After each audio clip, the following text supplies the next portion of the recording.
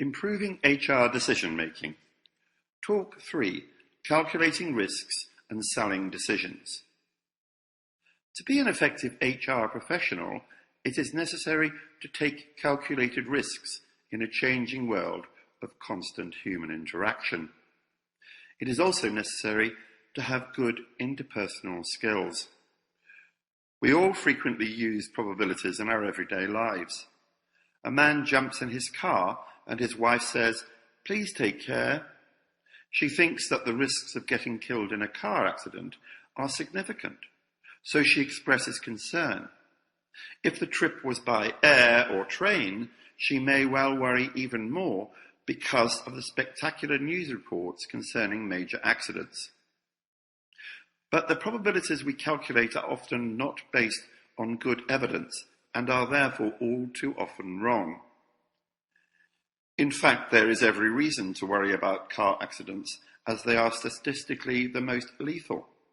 In the USA, where statistics are readily available, the chance of getting killed in your lifetime due to being in a car accident are 1 in 77. Whereas the lifetime chances of being killed in a plane accident are 1 in 55,078, and in a train crash, 1 in 171,241. It is far more dangerous to be a pedestrian, 1 in 730 in the USA, than a motorcyclist, 1 in 810. Of course, it is not necessary to take the calculation of probabilities too far. Life would be highly stressful and go into slow motion if we tried to work out the chances of all outcomes from everything we do. They are only necessary when making major decisions. Likewise, it would be not wise to stop making decisions altogether because either probabilities cannot be easily calculated or the decision maker has a blind spot for things which appear mathematical. So how can we improve the probabilities we need when making decisions? There are 5 principal ways we can calculate the probability of an outcome. Whole population analysis. This is the most accurate way to predict outcomes, but it usually involves collecting a large amount of data over a significant period of time. Actuaries work out life expectancies for insurance companies by observing mortality figures over many years. The data does not remain constant, and in most countries of the world, life expectancy is rising. But the luxury of actuarial calculation is that it is possible to use data for complete populations. There is no sampling error, as the sample is 100%. Random data collection using big samples. In most situations, we have to base our calculations on samples. To ensure that there is no bias in the sample, it would need to be collected randomly and be based on at least 1,000 observations. Reasonable probabilities can be determined from smaller sample sizes, but as the sample size falls, then the margin for error grows. There are techniques called non-parametric tests that can achieve workable results, even from sample sizes as little as 20. However, if a survey achieves a low response rate, it will not be possible to know if the respondents are typical or that the people who answer do so because they have a particular characteristic in common. For instance, they are people who have time to answer questionnaires. Normative analysis. One other way to determine whether an outcome is probable is to make an assumption that people's views or actions will follow what is called a normal distribution. A normal distribution is one where a minority of responses will fall at the extremes of probability, and most responses fall around the middle. In a normal distribution, just over 15% of responses will fall at the bottom extreme, and the same proportion at the top. One problem with this assumption of normality is that, in many situations, data is not normally distributed at all. If you ask regular visitors to a football stadium what they think of football, there would be a high proportion who will give very positive responses. It will be skewed to the right of the normal distribution curve. Furthermore, in some cases, there is a natural tendency for data to be skewed because of underlying forces. Take, for instance, pay levels. As we have mentioned in a previous talk about averages, in most economies there is a minimum pay level, set perhaps because of collective bargaining or subsistence levels. However, as people earn more and more, the gap between the pay of their last job widens progressively over time. The proportional gap between people who work at the top of the earnings hierarchy and their immediate subordinates is much greater than the pay differentials at more junior levels. This makes the distribution of pay skewed towards the higher paying positions. The average pay level is much higher than the pay received by a typical worker at the midpoint of the pay hierarchy. Using a null hypothesis. This is a deceptively simple way to determine the probability of something being true, or big, or small. It is like those games found in old fairgrounds where coconuts are placed onto stands and you pay a small sum of money to see if you can hit one off its stand with a hard ball. According to this approach, you simply declare a hypothesis is true and see if any evidence can disprove it. You might have a hypothesis that work absenteeism is high during the period when the Olympic Games is taking place. Your hypothesis is that people stay at home to watch the games. But what about absenteeism is not higher during that period, or that it follows an unexpected pattern? In such a case, the null hypothesis would be effectively disproved, and the probability of sports affecting work attendance could be reasonably assessed to be low. Guesstimation. To be effective at this approach, it is necessary to have a deep knowledge of the area where probability is to be calculated. It will never give highly accurate results over a sustained period, but sometimes it is all we have to base our judgments on. The best form of guesstimation will use a surrogate or proxy variable as its predictive element. For instance, in horse racing, most people look at the form of a horse, its performance in previous races, to determine its chances of winning the next race. But this data is available to everyone, and in a competitive sport like racing, it is necessary to look at other indications of future success. The most obvious evidence is therefore the future mapped out for the horse. The race entries it has following the present race. If there's an entry in a major race, then that is a good proxy for estimating the horse's true potential. Once a probability has been estimated, it can be incorporated into the decision-making process. The level of probability and likely statistical error associated with it will determine how influential it will be on the decision. But decisions to go ahead with a plan may not always be sensible, even if there is a high probability of a positive outcome. This is because even a slight chance of failure would not be acceptable, or if the outcome would have a big negative impact upon a minority of people affected by it. Sometimes decision makers have to adopt the precautionary principle of adding weight to downside risks, even when there is no clear evidence that the risk exists. Probabilities in practice.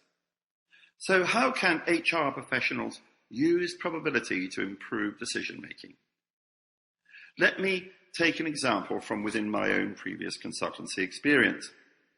A major oil company had problems retaining a highly talented female staff once they went on maternity leave. Many women would have several children in succession and either eventually resign their job or find that they were stuck in a lowly position because they had not been at work when all the opportunities for training or advancement had taken place. There were several ways to resolve this problem, but the one taken by the company was to introduce workplace creches at each of the major offices. But how big should the creches be, and who should have access to them? The question of access had to be determined first. Although the purpose of the childcare initiative was to improve retention and upward mobility of talented women, it soon became obvious that fathers would also like to use the facilities. Moreover, the company did not want to be divisive about categorizing talent. Therefore, like so many HR initiatives, the purpose of the policy became blurred and access was given to all staff with children under 5 years old. But how big should the facility be? Once it was opened to all staff, there would be a strong probability that highly talented women could lose out if places were very limited. But it would not be economical to run a creche if many of the places were not taken up and nursery nurses unoccupied. So the task was to predict the flow of children into the nursery for at least the first 5 years of operation on each site. This was achieved by looking at the pattern of childbirth amongst employees of the company and comparing the data to statistics for the population as a whole. A number of other factors had to be built in, such as the pattern of people's preferences to bring up children from birth without using a nursery, and the take-up of places by fathers. Thus, a sample survey was undertaken. Data for women in the total population gathered together, and a null hypothesis used to predict the take-up by fathers. The null hypothesis was tested in the first facility where childcare was introduced, and the estimate built into the calculations. This was not a complicated exercise, and I even wrote a little computer program for the HR department to use for all its offices. 3 years after this exercise, we looked at our predictions, and they proved to be reasonably predictive, except the demand seemed to be getting higher over time. We looked at age profiles and nothing much had changed. What appeared to be happening was that the existence of the workplace creche had encouraged female employees to have children at an earlier age, and also to have, on average, more children than in the past. Selling a decision. However well reasoned and backed up by evidence, a decision can still be rejected by others purely because it is inconsistent with their other beliefs or puts a barrier in the way of something they wanted to do. HR needs the backing of line managers to justify its existence, and the greatest power lies generally with line rather than support departments. Whether or not a decision is going to attract opposition, it is still necessary to predict its reception by those affected by it. Some of those people will have little scope to challenge it. Others could scupper it completely. In such circumstances, it is tempting to sugar the pill in order to increase acceptability or to delay the decision until the right moment. However, there are easier ways if you are prepared to work on what you know about the psychology of key individuals and operate a little deviously. Here are some of the best ways to engender acceptance of a decision. Appealing to the norm. However selfish or senior people are, they can always be influenced by a well-timed appeal to go along with what others are doing. That is why on some modern tax demands, there is a statement at the bottom, not threatening what will happen if the form is not returned on time, but saying that over 90% of taxpayers get their forms in by the deadline. Appealing to expert views. This is sometimes called the man in the white coat effect, from early adverts about washing powder featuring a scientist informing the viewer about the breakthrough that has been made. There is more skepticism about expert views today than in the past, but if the decision has the backing of a respected individual, it will generally still carry more weight. Claiming it is their idea.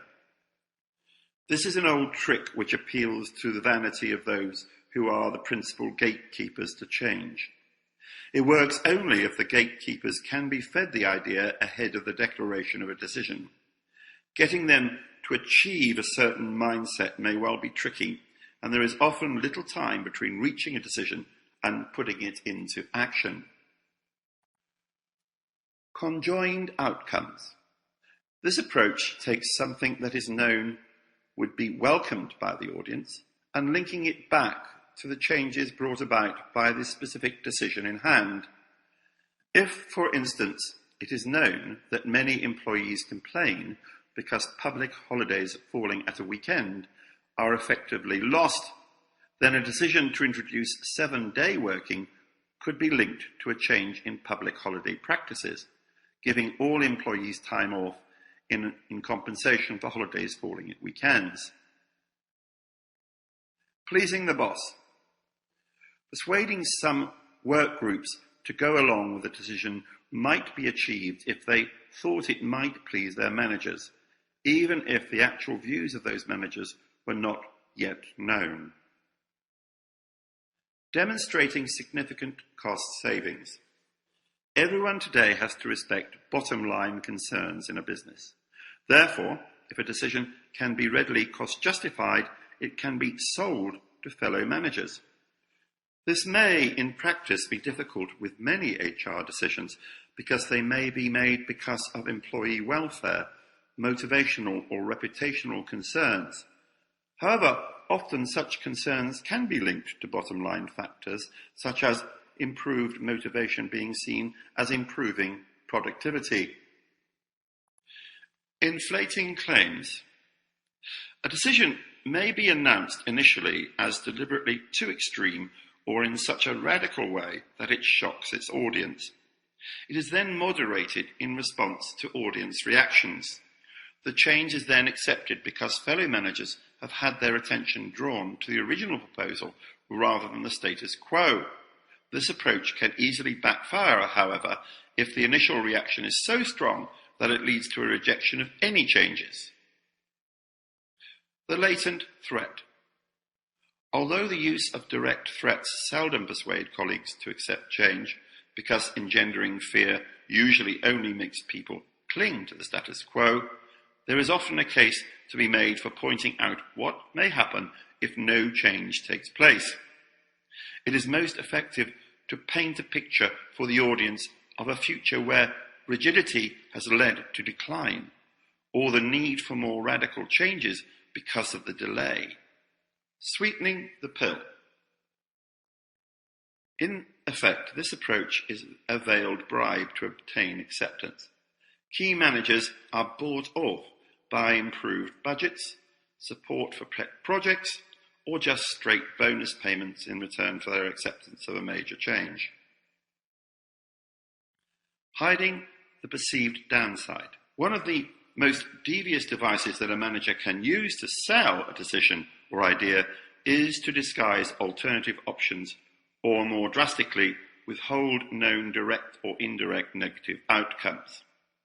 This can only be justified if the upside outcome of the decision is so important to the business that it outweighs unwanted outcomes. The chosen strategy or tactic will depend on the company's culture and the specific nature of the change being sought. Timing can also be an important factor.